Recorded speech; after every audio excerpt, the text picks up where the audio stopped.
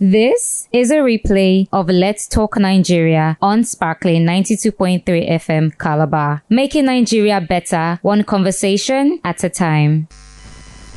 We talk everything.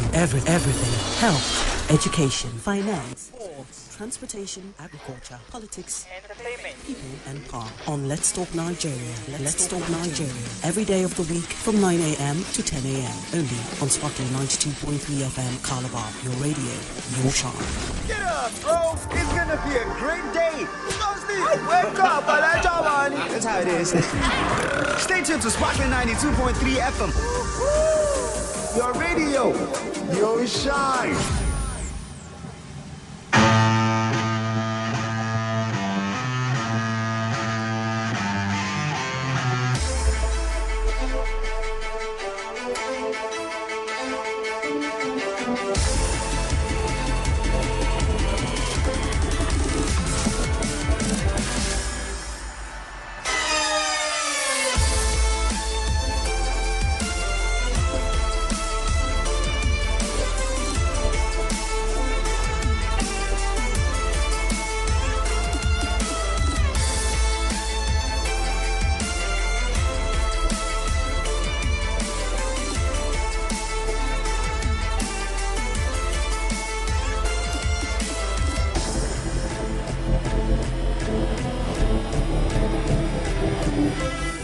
Perseverance, good morning. Yes, it is a beautiful morning right here in the ancient city of Calabar. Welcome to Let's Talk Nigeria on Sparkling 92.3 FM, and it's a motivated Monday edition of it. Today happens to be January the 12th, and it is the year 2025. I am your host, Sini Williams Ojeka, and today we delve into a topic at the heart of nation's progress: the Nigerian identity, leveraging Nigeria's diversity for sustainable development. Now, let us look at it. Nigeria, a tapestry woven with over 250 ethnic groups and multitude of languages, stands at a pivotal junction. Our diversity is our strength. But how are we harnessing the rich cultural mosaic to drive sustainable development? From the bustling markets of Kano to the tech hubs in Lagos and to the People's Center here in Calabar, our nation's potential is boundless. Yet, challenges persist. Recent reports highlight that Nigeria is lagging behind in achieving several sustainable development goals, particularly in eradicating poverty and hunger. Well, today we will explore success stories of communities coming together to discuss the role of inclusive policies and examine how our shared identity can be the catalyst for a sustainable future. We'll also hear from our expert who is presently with us right now, and citizens alike, sharing our views, insights on building a Nigeria where diversity fuels development. Anyways, joining us this morning is Otunba Segun Sowumi, a PDP stalwart. Good morning to you, Otunba. Nice to have you here with us on Let's Talk Nigeria. Good morning, Sunny. How are you? I am very fine, Otunba. Nice to have you here. Otunba, before we delve straight into the newspapers this morning, quickly, to the main discuss this morning, let us quickly check some interesting stories that made rounds on the newspaper this morning. Particularly, I have this one here. I'm trying to look for that particular one. Yes, it has to do with your party, where it says here, it's on the Punch newspaper, PDP factional secretaries set for showdown, vows to resume today. Otunba, there's a whole lot of back and forth in your party, and I would want to ask, with this particular story making rounds on the newspaper, how does the PDP respond to this? Well, thank you very much. You will notice I've been promoting a platform called The Alternative.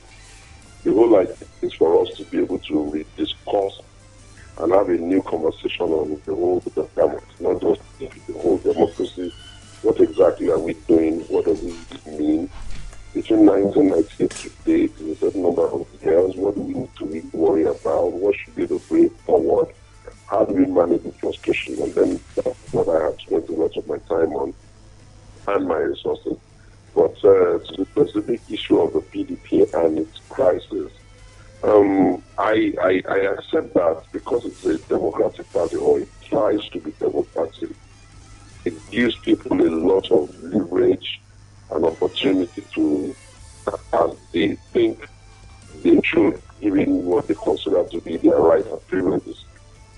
Among that is that they go to court a lot, they argue, they do banters, they have narrative and counter narrative and all that. In one breath, you could say it's the consequence of a democratic space. But at a certain level, you have to also ask, is there no form and structure to managing diversity, to bring into the kind of topic you're talking about?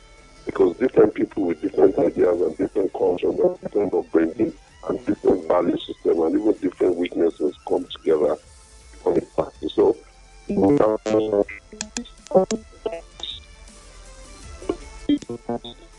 in that regard, this one that you're talking about too, I feel that the media is showing a lot of interest in the matters because of the party that is at least seemingly broad enough to accommodate different views, but it comes with a lot of headache and its own challenges. Feedback by the Supreme Court will at least be know where it is. It's difficult for you to tell one side to abandon what they consider very strongly to be their privileges and rights, especially when some have collected some positions or some judgments from court. That's what I can decipher. There's a judgment from an Enugu court who now has what they call another judgment from the Court of Appeal based on that.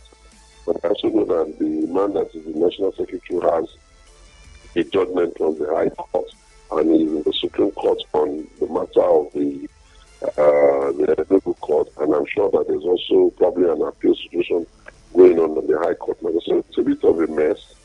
I feel that there's come a time when the citizens of the country, not leaving it to the politicians and those who are playing the political space, the opportunity for them now to let us have a review of what we're doing. We're in a democracy because we chose it, then we must be able to find out how to get discipline into the thing that will now make it easy for all of us to be able to enjoy what we have agreed. But to do that, it requires us to go back to the electorate, or if you like, to the citizens, to engage in conversation, and hopefully we'll be able to learn some new habits. We'll be able to have reorientation to help us cross over the hurdles of excessive legalities. Because ordinarily, if our intention is to serve the people, then we must have to have some business by which to say, okay, this is too much, this we won't do, this we do. And it helps when everybody kind of like gets up. Why? Because if you stay aloof and you don't join parties, you don't get into conversation, you don't show up on election day, you don't interrogate the issues that should, then what exactly will you be left to? You'll be left with agony, excessive complaint, the marketing of the country, overheating of the policy, especially in an environment like you have described as diverse as ours. It almost 250-something languages, different cultures, different families. We're a large country, we're a large population, and we have to live together. So I think that anybody that loves our country should be interested in the ideas that we're pushing, which is just to engage the conversation again.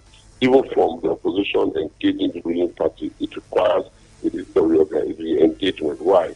Are we going to be a country that insists that every time an election has taken place, we will never even allow the person that has been adjudged the winner to rule the country or to lead with a bit of peace of mind?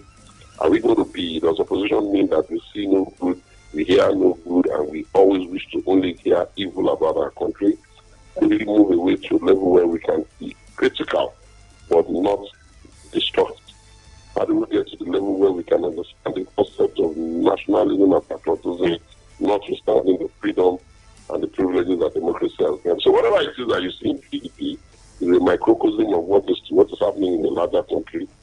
I concede that some other organizations, some other parties are not that volatile, but the fact that they are not that volatile does not mean that they are better wrong. It simply means that somehow other people have given up their rights in those organizations, or the organization have figured out a way to bully their people. But if you accept they bully their people into silence, not that it cannot be democratic. Good morning. All righty. Thank you very much, Are, for that one. And for our topic this morning, the Nigerian dream, the way we have the American dream, I want to ask you, Are, do we have a Nigerian dream that we are currently living on? We do actually. But it's just that we have not codified it. What you will observe with our nation, and it takes a lot of subtle and deliberate interrogation of the entire place to know what exactly could possibly be a Nigerian dream.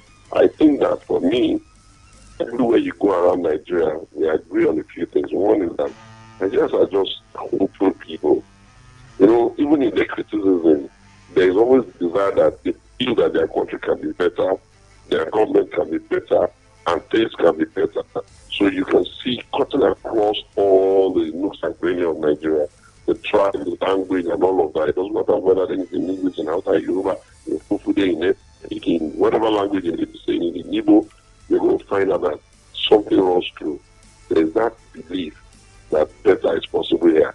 So anybody that is trying to design a Nigerian thing can harvest that. The second thing is that everybody in Nigeria, even if you go to them in the theater, in the school, in the church, in the mosque, in the theater, in the club, everywhere you go, there's also this belief that we are not being served well. So that means that there's a bit of frustration as to what constitutes better service. And is they're demanding more from their leader. That can also be harvested. Then there's also the fact that the Nigerian nation is a fantastic, we're made up of incredible people. Things are bad now, I said, but we're just incredible. You have to look at what people have done globally and what they've been able to achieve. Almost everybody that has a house built with his own money, almost everybody that has the house found his figured out his own water, got his own electricity, got his own security. Do you understand? So you go around the country and say that people are striving, and therefore you can also harvest that and say, okay, what now do we need to call the Nigerian promise to the smallest Nigerian person? When you do the survey well, and you interrogate it at the base of the pyramid, you may be able to figure out what can be the thing we are chasing. The great nation, the giant of Africa, the economic powerhouse of Africa, the land of great opportunity, the food basket of Africa. You get? So from all of those things that I tell you, you can then craft a Nigerian dream or a Nigerian promise. When you then craft it, the challenge is that you now have to market it to the people so that the people understand precisely what everybody is striving for. And then you can then begin to assign roles via a massive reorientation program that says this is what government's role is, this is what the citizen's role is, this is what the mother's role is in the family, this is what the father's role is, this is what the faith-based groups are supposed to do, this is what civil society will do. So that way we now have a grand design tapestry that everybody can locate themselves in that dream. And of course, it requires that leadership at the highest level must be aware of how much of a frustration of that dream lies with how they carry themselves. Look, if you look around the world, look at the Ukrainian border now. Ukraine and Russia have been at it for such a long time. Imagine how the citizens they are living. Now look at the Middle East. Imagine how they're living. A couple of days ago, look at California, Los Angeles. Look at the amount of fire and the kind of destruction. How people are living. Everywhere you turn in the world, people are battling with one thing or the other. And if you go to the American one, it did not become an American dream because it was not voiced and it was not marketed. It's always, I have a dream. America is for the American people. There are things that the government does to drill down people passionate about patriotism. Patriotism must be nurtured. It must be nurtured by those who have responsibility to ensure that they are doing things that can make people have confidence, hope, and happy with their country. And also, it must be nurtured by people, the people of that country, feeling that the environment is worthy of being protected and jealously guarded. You can't be running a Nigerian vision and a Nigerian dream if people are going to sit in some corners of the world and the only thing they do is see good in Nigeria, market Nigeria, complain about Nigeria. They're not worrying about what they themselves have been or not doing to improve things. They just, and the world is very global now. There's internet, there's everything, there's social media, the whole world, everybody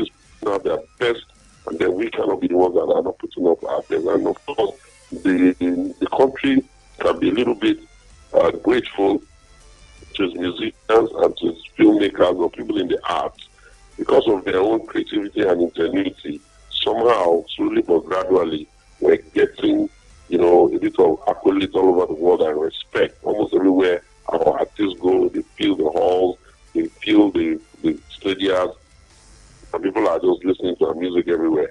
We can piggyback on that to begin to design what is the Nigerian dream. But hey, you can't have a Nigerian dream if there is no minimum safety net that is guaranteed for everybody that is born in Nigeria. For it to be sustainable, you have to go back to the state and the local government. The local government are about now being given more opportunity to, more money and more independence. But it's too early to say they can carry forth because they've been malnourished and mismanaged for years. So I think that usually I like to say that the best place to start is with the governors. Because within the governors, we know that there's sort of some better control of local government. And if all of us get the memo that we're just trying to build the best nation in the world for the most amazing people in the world, then we can then start repairing it at the local government and then repair it at the state. And before you know what is happening, everywhere is repaired. There are enough examples everywhere of great stories being told. I'm not convinced that their whole story has been told well enough, because you just need to look at where they're coming from in 1998, 99, what kind of people were they, how were they projected, how did they see themselves, and they just need to go visit them now, demanding the success, the way their built up environment has been repaired, and all of the great things happening there. So you say that, okay, if they can do it, I consider they have more money, but that does not mean others cannot do it. The fact that you don't have a lot of money, that you don't have, if you like, even if you say you are poor, does not mean you don't have dignity. But the dignity of the poor must be demanded by the poor themselves. They must wear the garment of honor by themselves, because you are just maybe not financially as strong as the other man. That does not reduce you from being a human being under the country. So these are the kinds of ideas you can run to get a nation that will have a patriotic ideology, that will have things that will propel us. And then we need to stop the tribalism nonsense. And the way to look at it, in my opinion, is that you don't have to even take a look at our state. Take where you are now, crossing the Calabar. You look at that Calabar, if we started being too tribal, if we start removing their peak, and then we can still find tribes, we can still find ethnic groups even within the state. So don't have homogeneous villages, if you like. There will always be people that are from this family and that family, and so you don't need to exacerbate it too much. We can just say that, okay, as Nigerians, whether you're in Kano, you're in Sokoto, you're in Nigeria, you're in Maiduguri, the most important thing is that we're all black and we're all Africans, and the hair of our skin and color of everything is so. We can have we have to look for commonality, and it's time for those in charge of the country, like if God gives us opportunity, one of the things we would like to do is to legislate against excessive bigotry and tribalism and hateful language in the country, so that we can force them to leave that bad habit, and hopefully they can now begin to become their brother's keeper. Once you can get the Nigerian people to rally around an idea that is for them, you will get a fantastic country. The human capital evaluation and metrics of the world suggests that we are one of the most brilliant people in the world. Even when you go abroad, all the schools, all the universities, all the medical colleges, everywhere you go, hospitals and what have you, you find out that the Nigerian technical people, the Nigerian academic, Nigerian human capital is one of the most sought after. And there's a lot of evidence that we're doing better than most of the people. Take the United States of America. Apart from the Americans, the white Caucasian Americans themselves, the Africans, the Nigerians are the best educated, most paid, immigrant group in the country, bar none. So you can tell that it's the same in England, the same in all of the places where they are. So it tells you that there's something special about these people called Nigerians, and that for them to be able to do better and get the kind of country they want, they just need to reflect on themselves positively. We cannot be the obstacle to the greatness of our country. And the way being the obstacle up till now is that we have been continually too critical of our country and a commensurate contribution to pushing it off. Okay, if it's broken, fix it. If you don't know how to fix it, keep quiet. Do the bit you can, sweep the floor from where you're standing. everybody must come together and contribute something that can give us the propelling string to be able to say, okay, Nigeria, here we are the giants now of Africa. And the world, get ready, we're to be one of the giants of the world. Because the what they call it, the environmental issues and this favors us. You can see what's happening in America and Europe with all of the things they've been doing over the years with global warming. They begin to beat them up so much. But we have stable environment, elements are favorable. We have a lot of minerals and all that. We just need to understand there's not enough for everybody's greed, but there's enough for everybody's need. If only we're building together, if only we can adopt the business of he's my brother because he's a Nigerian and he's my sister because she's a Nigerian. And slowly but gradually we can then work with our law enforcement agencies, we can work with our court to begin to Nigerianize legislation so that they look at things from a pan-Nigerian view as against all this necessary bigotry and tribalism. Okay. Well, Otunba, we will go on a very short break. Thank you very much for, matter of fact, making it bare for us to understand. But then we'll go on a very short commercial break. When we return, we will look at our areas of strength. Have we been able to build on our numbers? We're the most populated African country. Have we been able to build on our numbers? And you were talking about the Nigerian ingenuity. What then do we have to do as a people to maximize on the opportunities available to us, grab on the opportunities available to us, and see if we can even grow beyond our projection? So, Otunba, when we return, we'll get to talk more. Nigerians, don't go nowhere. Don't touch your dial. Don't ever move a muscle. Matter of fact, we have with us Otunba Segun Sowumi.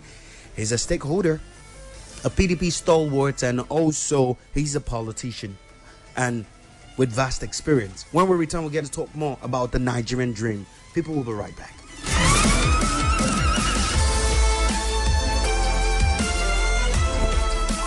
For us here at Sparkling 92.3 FM, to be socially relevant means that we are in tune, literally connected to the burning issues of the society. You see the conditions of the economy today, and then you now try to insult our collective intelligence by telling us that there's increase in employment in the country. We know that is not true. It's a lie. That is fallacy. People actually tune onto our podcast every day, not just to be informed, educated, or entertained by us. Talk to me. Now hungry, they catch me. Hey, hunger, they catch you. You don't drink water? I don't drink. I see Gary. No way. No very good. But also to be the agency that facilitates real change in the society. I beg, I take God pay you. Tell my governor to pay us salary, minimum wage. I beg. Okay. Yes, sir. That's a responsibility that we recognize and take seriously. On Sparkling 92.3 FM, your radio, your shine.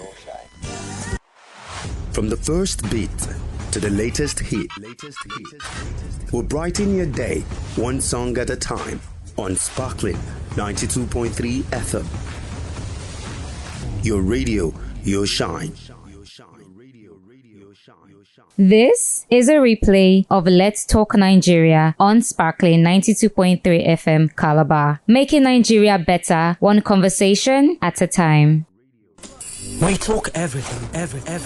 Health, education, finance, sports, transportation, agriculture, politics, entertainment, people and power. On Let's Talk Nigeria. Let's Talk Nigeria. Every day of the week from 9 a.m. to 10 a.m. Only on Sparkling 92.3 FM Calabar. Your radio, your shine.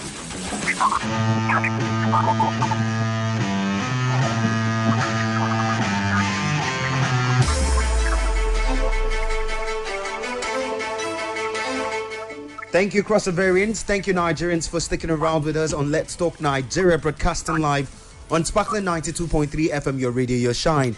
And while we went on the break, we were in a conversation with Otunba Segun Sowumi, a PDP stalwart, a stakeholder, and a politician, a concerned Nigerian. And we're talking about the Nigerian dream and if Nigeria is leveraging enough with the whole diversity that we have in the country. Thank you very much, Otunba, for sticking around with us. Yeah, thank you. All righty. Now, Otunba, let us go to, you were mentioning some feats that those in the entertainment industry have been able to achieve over the years. And we saw the transformation of that industry. I remember when it used to be foreign music, and all of a sudden the DJs, the radio stations, and even the organizers, the show organizers, decided to patronize more Nigerians as compared to foreigners. Now, let us bring that back to governance. We see cases of borrowing, we see cases of palliatives, we see cases of insurgency. I will ask, have we been able to leverage on our numbers? And if we have not, what should we be doing? It is 2025. Well, it's a double-edged sword. If we didn't have the numbers, nobody in the world will even take us serious. Most of the things we get away with, we won't even be able to get away with. Most of the raising of money and the market share that we have will not be able to have the numbers. But have we been able to do the best with the number? I think that nation building is a constant work in progress. And nation states from time immemorial have to deal with the different seasons in their trajectory towards the journey. The question you originally asked, which was about what's the Nigerian dream, that's where it becomes even much more profound and important. Because what exactly are we even, where are we going? What are we trying to do? What's our objective? If we had the Nigerian dream, like the American dream and the British dream, and all of those dreams, it doesn't matter what the struggles of the days are, they will still be pursuing an agenda that generations will come contribute their own goal, another generation will come contribute their own goal if the dream is profound enough. So we haven't done what we could, the maximum we could with our numbers. But to be able to sort that, even under the circumstance that we are, we must go back to our nanostructure. Our nanostructures are the families, are the faith-based organizations, and those ones that are closest to us. It's even closer to us than even the word delimitation. We must, as a people, tell ourselves, what type of families are we building? What type of offspring are we raising? What type of father am I being? What type of mother? Maybe I've got question at that close level, having at the back of mind that the more the citizens of the country become better with their attitude and behavior and their ideas of life, it's going to, impact the society. So I feel that, yes, our numbers are good. There is a bit of need for some seriousness from the leaders of those in charge of the country, so that they will be able to plan around those numbers. We must be a little bit concerned that some areas of the country have embraced the idea of sustainable inbreeding or sustainable breeding. That means they are having children that they can control and better manage. And we must consider, yes, from the data, some areas of the countries have not done that. Those areas of the country that have not accepted that you can't just be producing children without a plan for how you're going to sort them out. And that it is not the duty of any government anywhere in the world, especially in Africa, to be helping you to feed children, or even when they create the school, it's not the responsibility of government to come and start forcing your children to school. All of the criticism we levy on government relative to opportunity for our citizens, it starts from a failure of families. And if the families are failing, and they are failing speedily, we have a duty to make sure that government now has to step in, for no one is going to allow a country to philander only on the idea of some religious belief or some faith-based ideas. No. Though you can practice your faith anyhow you like, so long as you don't break the law of the country. You can practice your culture anyhow you like, so long as you don't break the law of the country. So in that context, you will find out that we can do more with the market. But there are those who are queried and asked that, what is the purpose of a market that the people have no spending power and cannot contribute to the economic process? And you mentioned palliative and all that. It is the longest way to manage a big economy. By big economy, I mean population, on an idea of palliative. That's so wrong. Yes, it is coming from a good place, or if you like, from a desperation of government to ensure that people are not starving or they are not without help. But all the nations of the world that have done now, they have found sustainable ways to do it. For instance, in the United Kingdom, there will be an official, structured way that you get Social Security. In America, there will be structured way you get Medicare and structured way you get health and all that. Or you can't just wake up in the morning, decide you're going to get a bag of rice, then that goes on. Then another month, another holiday, another bag of rice. You can't run a nation like that. You must be interested in them being able to participate in the commerce themselves. Better for you to find a sustainable way to give them money because you can control the money circulation. In that case, they get the money in a legitimate, verifiable retail manner, and then they can take their money and go and buy whatever they can buy. But when you now interfere with the market and get the product that is supposed to be traded on the market, you start passing it to them for free, you are going to create a better bull economy. And a better bull economy, if you want to extend it, and you want to be really firm, is how we ended up with so many people in the north unable to even manage themselves because we created a culture that gave people the impression that there will be food for people who don't work or that people are going to take care of your children that you breed. I mean, if you don't even have a job and you're having like 10, 15 children, that's like lunacy really. You don't like yourself and you don't like your children. You can't leave the upbringing of children to chance. The world is an old world. Even if you do the carbon dating of the world is more than 1 million years old, if you understand what I'm saying. Certainly it's more than 4,000 years, certainly it's more than 10,000 years. There are written records of what some civilizations have done thousands and thousands of years ago. Do you get? And even it is the faith bringers, like even Christianity, at best we agree it came 2,000 plus years ago, and Islam came much later. So you can't run the world. You can't subject the world. You can't surrender the world. You can't relinquish the world and the management of nations to just the ideas of faith-based people. Yes, they have their own contribution in society, keeping them happy, keeping them well, keeping them morally. They are supposed to help them with their morals and all that. But we have seen that the weak government make it easy for people under the guise of all of these ideas to just make a mess in the country. Okay. As it is in heaven, so it is on earth. And leaders have to be firm.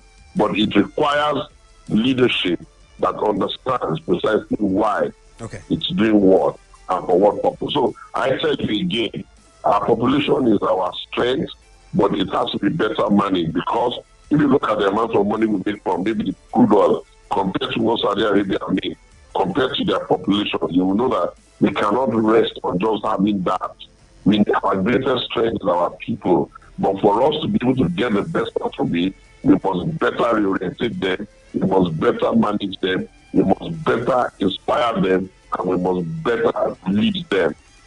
You know, if we are able to do that, then you will see that we will have students that can participate in commerce. And you don't need a lot of natural resources for that. Countries like Japan and Germany and all that, they don't have a lot of natural resources. But the government itself and its bureaucracy, let me land on the top, the government itself and its bureaucracy continuously manage the environment there, strengthens the borderlines, ensure that people know that they can't be taken for granted, then they make sure that the people are happy within limits. Okay, so now that you have mentioned national asset, yes, I will want to ask, how transparent is this APC-led administration in the management of our asset? We've seen a lot of back and forth with our petroleum. Matter of fact, the expert, they said we have a projection of about 2 million barrels per day for the 2025 budget, and some other national assets that we have not been making use of efficiently. I would ask again, how transparent has this administration been? You know, we have created one challenge for ourselves without knowing it. Which is? And that is the challenge that we have coming. That is the challenge of assuming that the only person we need to criticize at any time is the president, wherever he may be. And therefore, what it does for us is that it prevents us from looking at the tail where the rot is coming from. And people expect that the leadership that will have the power and the gravitas to force the law. But when the majority of the people in an environment are only interested in breaking the law, it will become overwhelming for government. You have talked about our hydrocarbon. Can you imagine that people are talking about theft? Now, if you are talking about theft, where and who is bridging it? At what level are they bridging it? Where is the opportunity for them to do that? So if you create a nation where people begin to understand that national asset belongs to all of us, and it becomes a bit shameful for anybody to go and be tampering with national asset or even national infrastructure, like destroying the roads, stealing manhole, removing all the aluminum grills and all that, you will find out that the work start getting lighter. If the governors will just be more responsible to their duties, you will find out that it will get lighter. If the local government becomes more responsible, you will find that it gets lighter. If the ward councillor becomes more responsible, you will find out it gets a little bit lighter. One of the challenges we have on whether our assets are being used well or not being used well is that over the years, because of the fact that we were fighting the military, we have taken that hangover of fighting the military at the top to mean that even in a democracy, the only person that we have to be hounding 24 hours is the president. Take what you've just said now. There's nothing in the law that says the National Assembly cannot even call the president out, cannot be firm on the president, cannot even threaten him with impeachment if he feels that something is not going well as a result of his own responsibility that is lacking. But when you look at the National Assembly that we have now, we have reduced them into hustlers. Why? Because we're the only nation in the world that comes and writes a stupid idea called constituency project for legislators. What's the meaning of that? Their job is to make the law and to do oversight. Ordinarily, it's not their responsibility to be doing executive function. But we've created that habit, and suddenly now, it has meant that the unintended consequences that our people and the legislator no longer have the stamina or the interest or the gravitas or the high responsibility to hold the executive to account, because it is to those same executive they run to go and collect constituency projects, which unfortunately the people at home are also expecting them to bring. So we have to find a way to quietly and cleverly begin to repair it. And it's only when we do that, then we will have fulfilled our righteousness, and then we can clearly see who is bridging our monies, who is stealing our oil, who is misappropriating our funding, and that kind of thing. But, I'm not just a preacher. I'm a pragmatic realist. Pragmatic realism is that you just get it when an approach won't work and you need to change it. It is pragmatic realism to know that you can flog the horse. If it is dead and you keep flogging it, nothing else is going to happen. We've never had a president that we all loved or accepted, which is not bad. But what we have seen is that after the man leaves the office, we turn around and start saying we want it back. We did that for Obasanjo. We did that for Yaradua. You can imagine we even did that for Jonathan. And now we did that for Buhari. We even did that for Buhari now. So I had that a guess that if we have to move in the presidential booking systems enough, if we're not even careful, we may just come around again and start saying we want it back. And that's symptomatic of a people that think that they can be doing the same thing over and over again and get the same result. And you know what they say about that? It is madness, insanity, and lunacy of the highest order to keep doing the same thing over and over again and expect the same result, a different result, beg your pardon. In a democracy, those of you that are on-air personalities and people like me that also have a bit of a voice around, that you people help escalate, we have the business and the duty and the high responsibility of ensuring that we just keep advocating and advocating and advocating and advocating. We need to start the orientation that has consequence, which is that we start to reorientate people, we tell them the dose, but then we put a hand of consequence on the table because we don't have time. Nations are running a race against time, at least for a generation. Let's just add another 100 years to us now. Almost everybody that is living here will be gone. And 100 years is a very short time in the life of a nation. China can bring you written material of the last 6,000 years in their warring states where they had a proper bureaucracy that did measurement and counted people and did astronomy. So why would you be thinking that 100 years is a long time? The United States of America is more than 20 and something years. Just look at the kinds of issues they are dealing with now. But if they did not try to be a good nation from the beginning, every generation will have challenges they have to contend with. And their lack of preparing the future, because they didn't fix it today, it would always mean that they're going to be struggling. And you know, the world is on they say it's the fourth, but I like to call it the fifth because of artificial intelligence. The world is on the fifth industrial revolution. Africa and Nigeria, we didn't even do well with the first industrial. We didn't do well with the second industrial. We didn't do well with the third. Of course, we are not part of the fourth. And this is the higher the numbers, the more quick those errors finish. For instance, anybody will tell you who is interested and who has knowledge will tell you that the greatest thing that nations are looking for now in this fifth industrial revolution is energy, power. They're looking for solar, they're looking for so much. What is Nigeria doing about that? We're playing games, we're pretending as if we're not part of the world order, we're not taking advantage of what's going on in the world, the mistakes they have made so we can avoid it, and then the things they've been successful so we can implement it. Our culture is dissolving before our eyes. We're slowly but gradually even pretending as if we don't even understand what our traditional rulers symbolize. Our traditional rulers themselves have completely forgotten what is the essence of keeping the relics of our past, and they're behaving like, if you like, infants, acting in manners that does not even add dignity or even suggest the need to preserve the relic of our past. What are the traditional rulers? The traditional rulers are the symbolism of a people's journey over the years, and of course it will evolve, but it should not decay. What we see happening now is that because of carelessness and lack of proper leadership, who is open, broad-minded enough to understand that nations are not left to, just philander on the sea without some people saying, no, this is not right, this is right, this is not right. That's what I think. Okay. I think we'll be fine. When I mentioned the artists, the Nollywood people, the musicians and all that, I was mentioning them in the context of the fact that they are great ambassadors of our country because of their own businesses, which obviously pay them money. At least people are mentioning our country for positive things. And the positivity they bring allows them to be a significant ambassador. But even for them, we need to help them with piracy law, a better piracy law. We need to help them with copyright laws so that they can even hold their assets in the country without having to go and hold their assets and their contracts in foreign countries, because we have not created the rights for them to have patents and copyright and privacy protected. So it's like they're making a lot of money for themselves.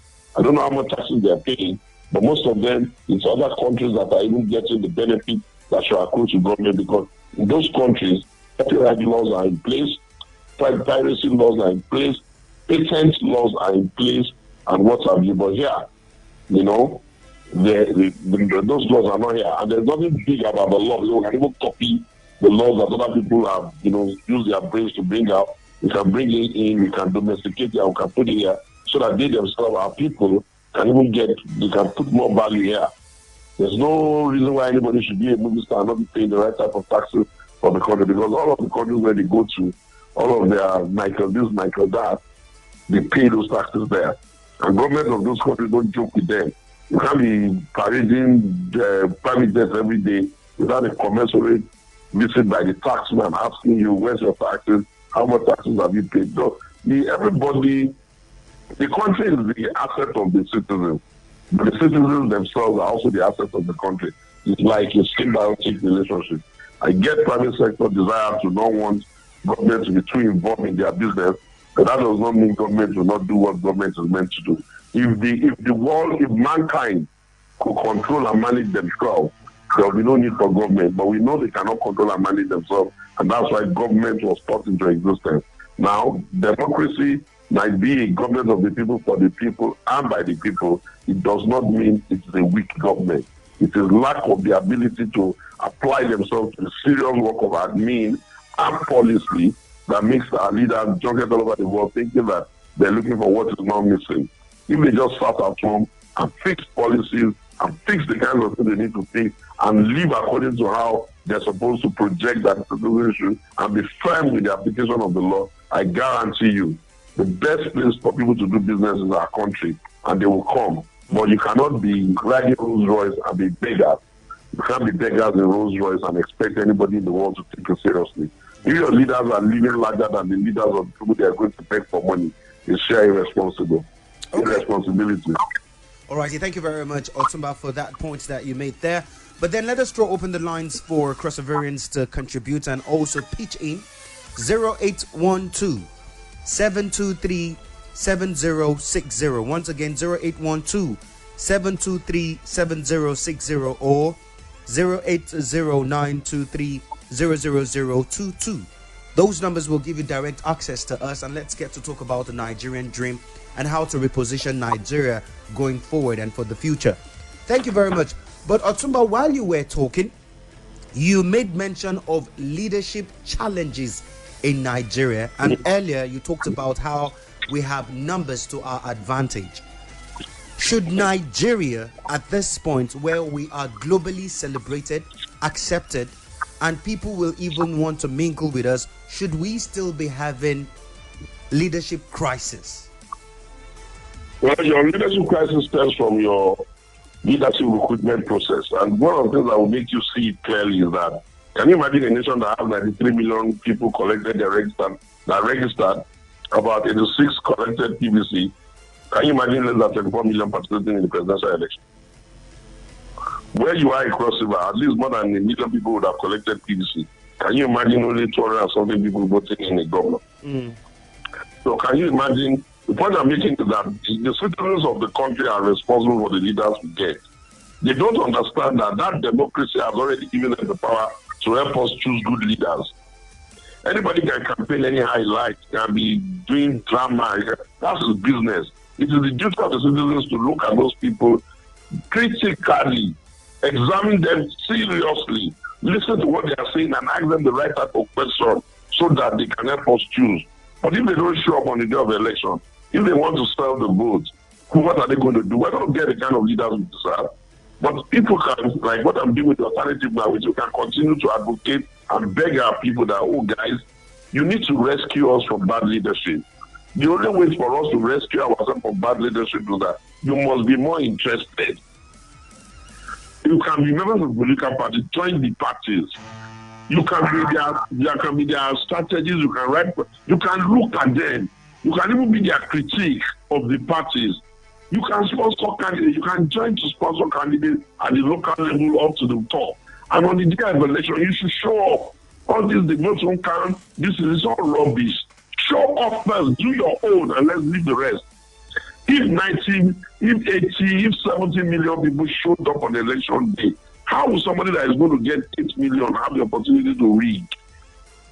Where will you start from? You'll be overwhelmed. But when people don't show up, because they have just understood that there is a civic responsibility, why we took on this very expensive, slow system of government called American style democracy, then they are just the ones causing us problem. So sometimes even criticizing the leader is a waste of time.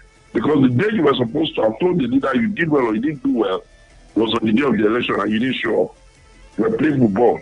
You were sitting in the hotel. You were sleeping at home. You were doing all sorts of things rather than doing the most civic thing. Imagine if this generation were the ones to take us out of slave trade. We'll still be in slave trade now.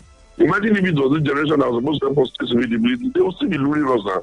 Because somehow they have accepted that they don't have a responsibility, they don't have a duty to play in helping us get a great nation for all of us. And I think we need to change that.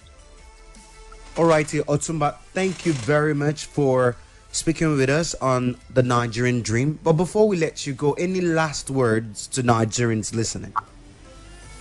My last thought to Nigerians is that I've been going around bringing the concept of the alternative. The alternative, yes. But Otunba, when are you coming to Crossover? We are coming to the South first for the zonal meeting in Port Harcourt on the 16th. It's only when we have completed all the zonal meetings. We've done North Central, we did that in Jos. We've done Northeast, we did that in Bauchi. We've done Northwest, we did that in Kano. We're going to do South, we're doing that in Port Harcourt. Thereafter, we'll do Southeast and South. After we have done all the zonal, then hopefully the zonal people will help us get us ready to come and do the state by state. So we'll then come for the state by state. It's just a desperate attempt to get all of us to shape up. We can't keep complaining and agonizing when we know that on the day of the election, they're going to give you a card, they're going to give you a form, they're going to tell you to go and vote, and it's your duty to do that. If you want to sell it, how are you going to be selling your birthright? The right to say we have not been well served is with you. The right to say, oh, you have tried for us, continue is with you. The right to say, no, we want somebody else to represent us is with you. Why would you not even think that you can be councillors, you can be House of Rep, you can be Senate, you can be Assembly, you can be governor? Why would you limit yourself to people that will be sending votes? You can organize yourself. Can anybody serve you better than one of you? So these are the things we're doing, and I hope that they can also lend their energy to it. It's available on social media. Okay. If you check, you'll find our website. You can join. Your state-by-state links are there. Do your best. I'm doing my best. I'm carrying a very heavy load up by myself and my friends. It's costing the whole bomb. Monies that my friends are using to buy cars or travel, and that's what I'm spending just to get us to have a better country. Because when we have a better country, all of us will be proud of it. Don't you even like what has happened to Dubai in our lifetime? Or don't you even like what has happened to Turkey in our lifetime? Turkey was not mentioned for anything great for a long time. And suddenly they had a leader who insisted that Turkey must be great. And Turkey is doing well now. Are we going to be here in Africa, Nigeria, just talking about we will not do anything concretely to be great? It's a new year. I need you all to start doing things in a different way, in a pan-Nigerian way, in an alternative way, in a more nationalistic way. I need us to cut out all this hatred of the tribe. We cannot be bigots. We must be one country. We must continue to push. We're the greatest nation in the world. And may the Lord God or whoever it is that owns the heaven and the earth, may He bless our country and bless us all. Happy New Year. Happy New Year to you, Otunba Sowumi. Thank you very much for making it to Let's Talk Nigeria here with us. Thank you very much once again. Thank you. Thank you for having me. All righty. Well, crossover, this is where we draw the curtain for a motivated Monday edition of Let's Talk Nigeria, and you've heard it from Otunba Segun Sowumi. We all need to do the right thing. We all need to do the needful. So it's not just about calling out our leaders. As an individual, what are you doing for the growth and the success of the future of what we call Nigeria? All hands will have to be on deck. I am Sinu Williams Ojeka saying thank you very much. We'll do this again, same time tomorrow. People, thank you very much. God bless you all.